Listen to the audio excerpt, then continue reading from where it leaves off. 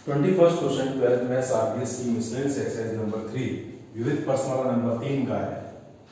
Matrix chapter के अंदर multiply दो मैट्रिक्स के बीच में आपको अच्छी तरह समझ लेना चाहिए। अभी जो इक्वेशन दे रखी है उसका पहले तो मैट्रिक्स ए दे दिया और फिर दिया गया है इसका is equal to ka - 2i2 और k की वैल्यू निकालना। तो इसके अंदर जैसा पहले इक्वेशन है उसको लिख लो, a square is equals to ka - 2 और ये i2। a स्क्वायर का मतलब a को दो बार है ना मल्टीप्लाई में,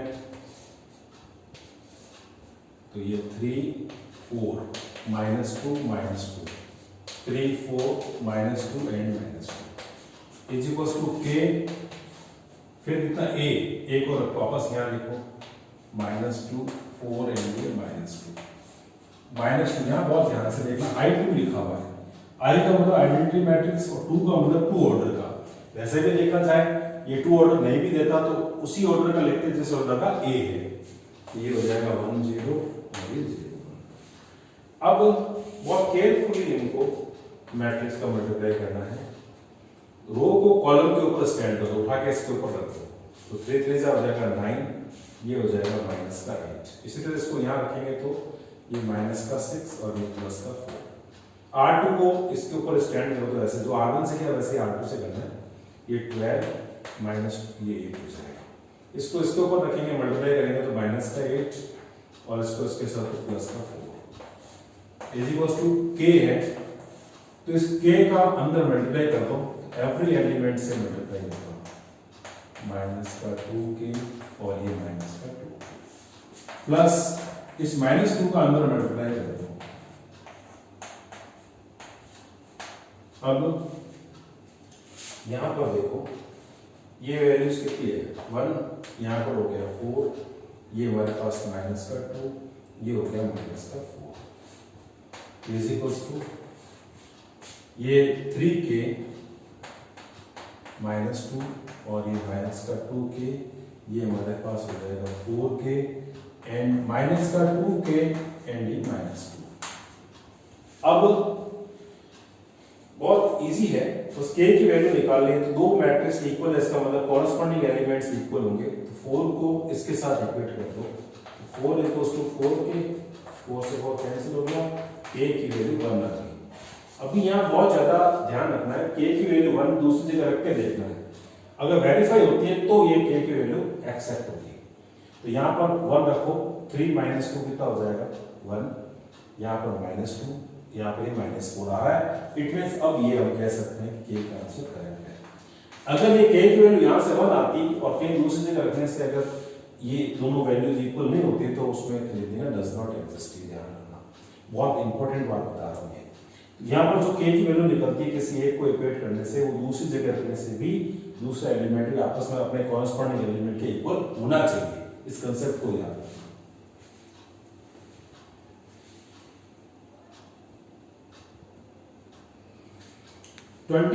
सेकंड क्वेश्चन जिसमें a, b और ये c तीनों आपको मैट्रिक्स दे रखी है और वेरीफाई करना है a square is equals to b square is equal to c square equals to -i2। सबसे पहले इसके लिए वेरिफिकेशन के लिए a स्क्वायर निकालेंगे। a स्क्वायर मतलब a को a से मल्टीप्लाई करना है। ये आयोटा 0 0 माइनस आयोटा और वापस यही लेना है 0 0 एंड माइनस कब उसको मल्टीप्लाई। अब देखो ये आप ऐसा करो ना, इसको नीचे देखो, जिससे क्या होगा कि यहीं पर रह जाएगा। इसको इसके साथ मल्टीप्लाई करो, आयोटा इनटू आयोटा कितना हो जाएगा आयोटा का स्क्वायर और ये 0 + 0 देखना नहीं। इसको इससे करेंगे तो देखो क्या किया मैंने, R1 को C1 के साथ में, तो यहाँ iota into iota iota square हो गया, 0 * 0 0 हो जाएगा, +0 लिखा नहीं। इसको इससे करेंगे तो आयोटा इनटू 0 0 और ये भी 0। इसी तरह से R2 को इसके ऊपर स्टैंड करेंगे तो ये 0 और ये 0, इसको इसके ऊपर स्टैंड करेंगे तो 0 0 0 हो जाएगा और minus iota into minus iota minus minus plus हो जाएगा और ये आयोटा का स्क्वायर हो जाएगा।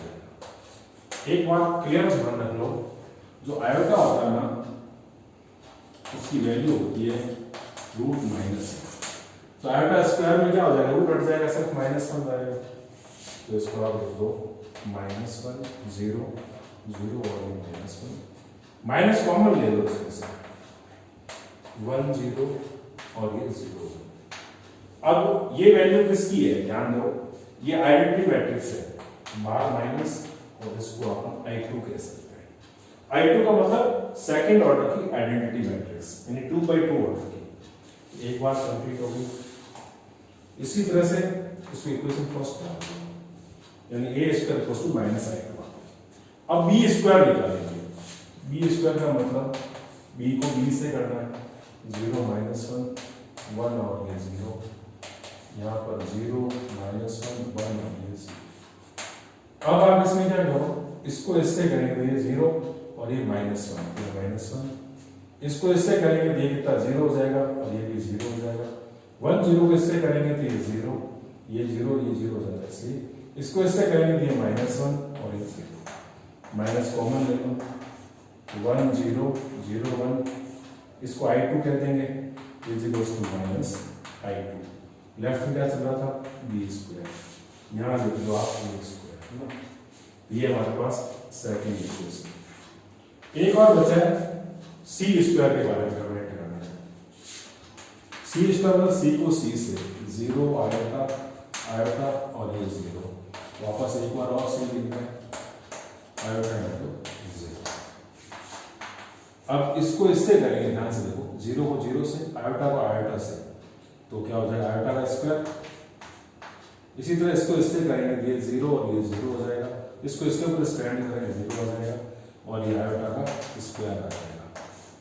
अगेन आयोटा का स्क्वायर कितना होता है, -1, ये -1, माइनस इसमें से कॉमन ले लो, तो 1 0 0 1, ये सेकंड ऑर्डर का आइडेंटिटी मैट्रिक्स बन गया, इसलिए इसको I2 कह सकते हैं। Mean c square equal to क्या आ गया, I2 नंबर थर्ड। इन तीनों इक्वेशन को मिला हुआ है, a square b square c तो तीनों क्या है, -I2 के इक्वल है। तो मैं इसको कह सकता हूं from equation first, equation second and equation third क्या मिला, a square is equals to b square is equals to c square equals to -I2। यानी कि यही हमारे को वेरीफाई करना था, यहाँ लिख देंगे वेरीफाइड। ये इसका फर्स्ट पार्ट हमने कवर कर लिया। अब इसका सेकंड पार्ट करना है, पहले इसको कॉपी कर देंगे। सेकंड पार्ट में भी ab equals to -ba equals to -c prove करना है। तो इसको स्टार्ट करते हैं a इंटू बी से। तो a इंटू बी लाओ, देखें ये आयोटा 0 0 और ये माइनस आयोटा, लिखते समय थोड़ा ध्यान रखें, सही से लिखें। b लिखना उसके बाद में 0 1 -1 और ये 0 करें दोनों का मल्टीप्लाई, तो R1 पूरा C1 के ऊपर स्टैंड कर दें, ये 0 और ये 0, इसको इसके ऊपर रखेंगे तो ये माइनस का आयोटा और ये +0, इसको इसके ऊपर स्टैंड करेंगे तो 0 और ये माइनस आयोटा, इसी तरह से इसको इसके ऊपर स्टैंड करेंगे, ये 0 और ये 0। अब इसमें ये ध्यान रखो माइनस कॉमन ले सकते हैं इसमें से, तो माइनस कॉमन ले लें। जैसे ही माइनस कॉमन लूंगा, ये 0 ये प्लस आयोटा और ये 0 हो जाएगा। और ये किसकी वैल्यू है, -c, ये माइनस है ना, देखो माइनस क्या लिखा हुआ है, ये वैल्यू ओनली ये वैल्यू c की है, तो माइनस तो आगे पढ़ा ही था, ये c यहाँ लिख दो। तो इससे क्या मिल गया, ab equals to -c, first equation. अब आपको -b निकालना है, क्योंकि -b इक्वेट करना है, -b इक्वल क्या आ जाएगा, एक माइनस पहले से लिख दो, है ना, b और a, ये b 0 -1 1 0, इसके बाद में यहाँ पर a लिखना है। ये माइनस हमने पहले से लिया कि मुझे प्रूव करना है -b, ठीक है ना। अब a की वैल्यू कितनी है, ये आयोटा 0 और ये 0 और ये माइनस आयोटा को नहीं बोलना है, ये माइनस आयोटा है, ये माइनस पहले से पढ़ा है। इसको इससे करेंगे 0 और ये 0, इसको इससे करेंगे ये 0 हो जाएगा, प्लस आयोटा हो जाएगा। ध्यान दो कैसे किया, इस R1 को इसके ऊपर स्टैंड किया, तो ये 0 हो गया, ये 0 हो गया, दोनों का 0 प्लस 0 0 लिख दिया। इसको इसके ऊपर स्टैंड करेंगे ना, ये 0 हो जाएगा और -1 और माइनस आयोटा कितना हो जाएगा, ओनली आयोटा हो जाएगा। अब R2 को इसके ऊपर स्टैंड करो, 1 into आयोटा, आयोटा हो जाएगा, 0 है ये, और ये हमारे पास 0 हो जाएगा। देखो ये C की वैल्यू है क्या, बिल्कुल है, तो इसको लिख देंगे, माइनस तो पहले से चल रहा है C, ये कौन सा माइनस है, तो माइनस बी ए लेके चले, माइनस बी लेके क्यों चले, क्योंकि ऑलरेडी यहाँ माइनस B1 था, वेरीफाई करना है, तो माइनस बी ए कितना आ गया, माइनस C, सेकंड इक्वेशन, ये भी माइनस C के इक्वल है, ये भी माइनस C के इक्वल है, तो from equation first and equation second AB is equals to minus BA is equals to minus C, ये हमारे पास में वेरीफाई।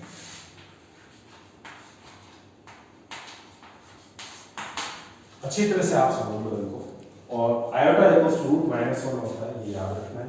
फिर मैट्रिक्स का जो मल्टीप्लाई है कंसेप्ट भूलना नहीं है, जो रो होता है वो कॉलम के ऊपर स्टैंड करके इस तरह से अपन करते हैं। अच्छी तरह से इसको समझें, अच्छी तरह करें, प्रैक्टिस अच्छी कर लें, एग्जाम आने लायक क्वेश्चन।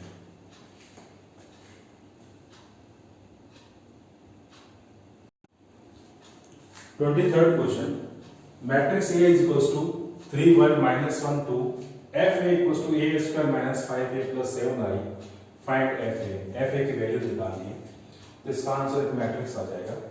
तो सबसे पहले लिख लो FA is equals to है क्या, A square minus 5A plus 7I, A square का मतलब A into A means 3 1 -1 1 -1 2 and यहाँ पर ये 3 1 इसी को रिपीट कर रहे हैं, -5 फिर A लिख लें, 3 1 -1 2, यहाँ पर जो I लिखना है ना वो किस ऑर्डर का होगा, जिस ऑर्डर का A होता है उसी ऑर्डर का I होता है, I मतलब आइडेंटिटी मैट्रिक्स।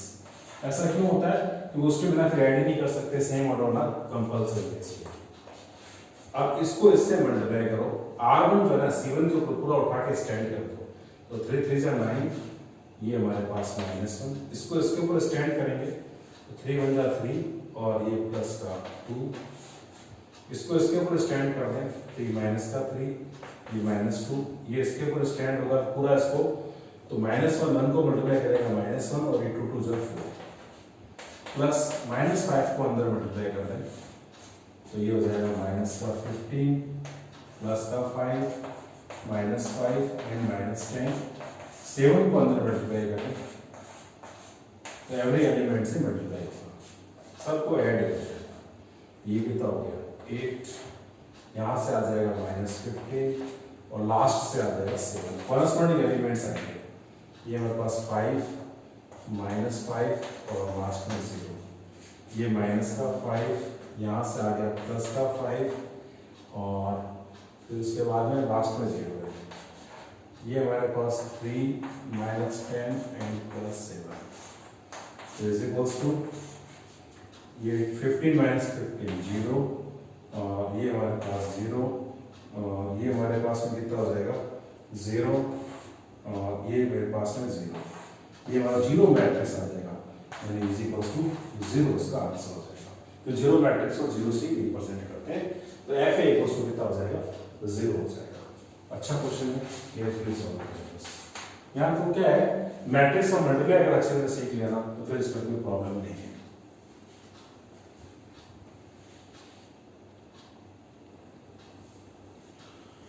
ट्वेंटी-फोर्थ क्वेश्चन बहुत इंपॉर्टेंट क्वेश्चन, इसकी मैंने लेफ्ट हैंड साइड लिखी है, ये इज इक्वल टू 0 प्रूव करना है इसको राइट हैंड साइड में, और alpha minus beta is equal to 2 - 1 into π/2 ये गिवन है, m जो है वो नेचुरल नंबर को बिलोंग करता है।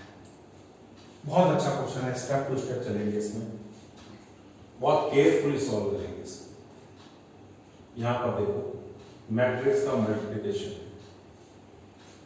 ये R1 पूरा पूरा इसके ऊपर स्टैंड हो जाएगा C1 के ऊपर, तो cos स्क्वायर अल्फा आ जाएगा इसके साथ में cos square alpha into cos square beta, ये इसको मल्टीप्लाई करेगा cos alpha cos beta sine alpha sine beta, ये चारों आ जाएंगे, यानी कि plus cos alpha sine alpha, दोनों ये और ये दोनों, क्योंकि एंगल अलग अलग है तो स्क्वायर तो हो नहीं सकता। बस अब इसको उसके ऊपर स्टैंड करें तो कॉस स्क्वायर अल्फा है, इनसे मल्टीप्लाई करेगा, cos square alpha cos beta sine beta. अब ये इसको मल्टीप्लाई करेगा तो यहां बहुत थोड़ा सा सावधानी होगा, sine square beta cos alpha and sine. बस देखते समय सावधानी रखनी है, दिखने में बड़ा है बाकी इजी है, ऐसा कुछ नहीं। अब R2 इसके ऊपर स्टैंड है ना, जो R1 से किया वही R2 से करना है, इन दोनों का इससे मल्टीप्लाई। तो एंगल डिफरेंट है तो कॉस क्यूब तो हो नहीं सकता, ये बीटा है ये अल्फा है, तो पढ़े जाएंगे यहाँ कॉस अल्फा साइन अल्फा का इससे मल्टीप्लाई कॉस स्क्वायर बीटा से, इसका इसके साथ में ये भी तीनों आ जाएंगे, साइन स्क्वायर अल्फा यहाँ आ जाएगा cos beta and sign beta. बस सही लिखिए, ध्यान रखिए, इन दोनों का इसके साथ मल्टीप्लाई, ये दोनों और ये दोनों, एंगल अलग अलग है तो मल्टीप्लाई होगा नहीं, सीधा लिखना पड़ेगा बस। तो कॉस अल्फा और sine alpha, cos alpha sine alpha, ये आ जाएंगे cos beta sine beta, and इसका इसके साथ में क्योंकि स्टैंड करेंगे ऐसे तो plus sine square alpha and sign square beta. यहां पर बस ट्रिग्नोमेट्री दिमाग में अच्छी तरह से चलनी चाहिए, तो कोई प्रॉब्लम नहीं आएगी इसमें। अब यहां देखो कुछ कॉमन आ रहा है क्या, ये कॉस स्क्वायर अल्फा, ये कॉस अल्फा, और ये कॉस स्क्वायर बीटा और ये कॉस बीटा, तो यहां पर cos alpha and cos beta common होगा, बचा क्या यहां से, एक कॉस अल्फा एक cos beta plus cos alpha और कॉस बीटा आ गया, ये बच गया sine alpha into sine beta. यहां भी देख लो, इसके अंदर भी कॉमन क्या क्या आ सकता है, देखो ये साइन अल्फा है, ये साइन स्क्वायर अल्फा है, एक तो ये साइन वाले टर्म, एक तो साइन अल्फा में लिख लो पहले, और ये कॉस बीटा और ये कॉस बीटा, ये कॉस बीटा ये कॉमन आ रहा है।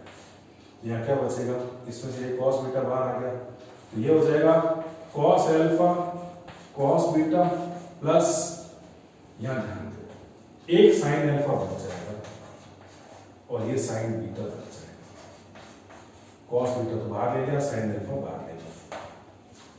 अब आप इसे यहां देखते हैं, यहां पर देखो कॉस अल्फा और ये कॉस अल्फा, ये साइन बीटा ये साइन बीटा, यहां पर भी कॉमन क्या है, cos alpha and sign beta, ये मैंने लिखा आराम से, कॉस स्क्वायर अल्फा में से एक कॉस अल्फा बाहर आ गया, कॉस अल्फा, साइन बीटा बाहर कॉमन ले लिया मैंने, तो ये कॉस बीटा, इसी तरह से plus cos alpha sine beta, एक साइन बीटा बच गया, और इसके अंदर कॉस अल्फा बाहर कॉमन ले लेते, साइन अल्फा। अब देखो यहां पर sine alpha sine beta common आ जाना चाहिए, बिल्कुल आ रहा है, साइन अल्फा, वैसे दिखने भी बड़ा है, बाकी करने लगे ना तो बहुत ज्यादा डिफिकल्ट नहीं है। अब साइन अल्फा साइन बीटा, ये साइन अल्फा और ये साइन बीटा कॉमन आ गया, ये दोनों यहाँ बच जाएंगे, cos alpha cos beta plus यहाँ से आ जाएगा साइन अल्फा एंड साइन। अब देखो ये फॉर्मूले किसके बन गए, केयरफुली सोचो उसमें, यहां पर तो ये वैल्यू है, ये हो गया cos alpha and cos beta, cos से कॉस बी प्लस साइन है साइन बी, यानी कॉस ए माइनस बी, यानी cos alpha minus beta, correct. यहां भी ये तो एडिटिव रहेगा, और कॉस बीटा, यहां भी ये फॉर्मूला सेम बन गया, कॉस अल्फा माइनस बीटा। इसी तरह से वहां भी देखें, ये आ जाएगा cos alpha sine beta and cos alpha minus beta. ये रह जाएगा sign alpha sine beta and cos alpha minus beta. इस क्वेश्चन में दे रखा है कि अल्फा माइनस बीटा ना 2m minus 1 into pi by 2 है। कोई बहुत बड़ी प्रॉब्लम नहीं है, आसानी से सॉल्व हो गया ये तो। बस ये तो ऐसे ही रहेगा कॉस अल्फा कॉस बीटा और कॉस कितना है 2m minus 1 into pi by 2। चाहे तो कॉमन भी ले सकते हैं, ठीक है, लिख दो एक बार बस। अब यहाँ पर क्या रहेगा साइन अल्फा कॉस बीटा और cos 2m minus 1 into pi by 2। आपको पता होना चाहिए m हमारे यहाँ पर क्या नेचुरल नंबर है, तो कोई भी नेचुरल नंबर होगा उसको 2 से मल्टीप्लाई करने पर हमेशा सम संख्या आएगी, इवन नंबर आएगा। उसमें से 1 माइनस कर लेंगे ना तो ऑड बन जाएगा, विषम संख्या बन जाएगी। और पाई बाई 2 को मल्टीप्लाई जो विषम संख्या होती है, ऑड नंबर होता है और से यहाँ कॉस होता है तो इसकी वैल्यू हमेशा कितनी होती है 0 होती है। तो एक बार और देखिए, बस लिखना बाकी है, आंसर तो दिमाग में सेट हो चुका है। ये हमारे पास 0 आएगा तो सबको 0 कर देगा बस इंटू पाई बाई 2। ये हो जाएगा मेरे पास sine alpha sine beta cos 2m minus 1 into pi by 2। तो मैंने क्या बताया पाई बाई 2 जब ऑड मल्टीपल यानी विषम गुणनफल यहाँ पर कोई संख्या होती है पाई बाई 2 का ना, ये ऑड नंबर यहाँ साथ में पाई बाई 2 साथ में आ जाए कॉस हो तो इसकी वैल्यू कितनी होती है 0 होती है। ये पूरा 0 हो जाएगा, इसी तरह ये 0 हो जाएगा, ये भी 0 हो जाएगा, ये भी 0 हो जाएगा। तो रिजल्ट जो आ रहा है वो हमारे पास क्या आ गया 0 0 0 यानी कि दिस इक्वल्स टू 0 मैट्रिक्स। और ये हमारे पास क्या हो गया राइट हैंड साइड और ये हैंड्स। बहुत अच्छा क्वेश्चन है, केयरफुली करें, स्टेप टू स्टेप करें, थोड़ा ट्रिग्नोमेट्री के फॉर्मूले याद होने चाहिए, एक भी स्टेप थोड़ा चूकना नहीं चाहिए इसमें। बहुत केयरफुल। और alpha minus beta equals to 2m minus 1 into pi by 2 है ना, ये बहुत इंपॉर्टेंट टर्म है। इसके कारण ही ये 0 बन पाया है, क्योंकि cos के साथ में पाई बाई 2 इंटू ऑड मल्टीपल यानी विषम संख्या साथ में हो। मुझे कैसे पता चला विषम है, तो m क्या कोई भी प्राकृत संख्या है या नेचुरल नंबर है, तो किसी नेचुरल नंबर को 2 से मल्टीप्लाई करने पर सम संख्या आएगी, इवन नंबर आएगा, उसमें से 1 माइनस कर लिया तो हमेशा ऑड ही रहेगा। ऐसी कंडीशन में किसी भी odd number into pi by 2 किसी विषम संख्या गुणा पाई अपॉन 2 हो और यहाँ cos हो तो उसकी वैल्यू हमेशा कितनी होती है 0 होती है। कि cos 90 हो तो cos 270 हो, in every case pi by 2 into odd multiple हो तो इसके अंदर cos हमेशा क्या देता है 0 देता है। 0 इनटू दिस 0 हो जाएगा, 0 इनटू दिस 0 हो जाएगा, ये भी 0 ये भी 0, तो ये 0 मैट्रिक्स बन जाएगा जो आपका इसका आंसर हो गया। तो लेफ्ट हैंड साइड ये लेके चले थे, राइट हैंड साइड में दिया है हैंस प्रूफ। एक चैनल सब्सक्राइब जरूर करें, वीडियो शेयर करें, लाइक करें दोस्तों।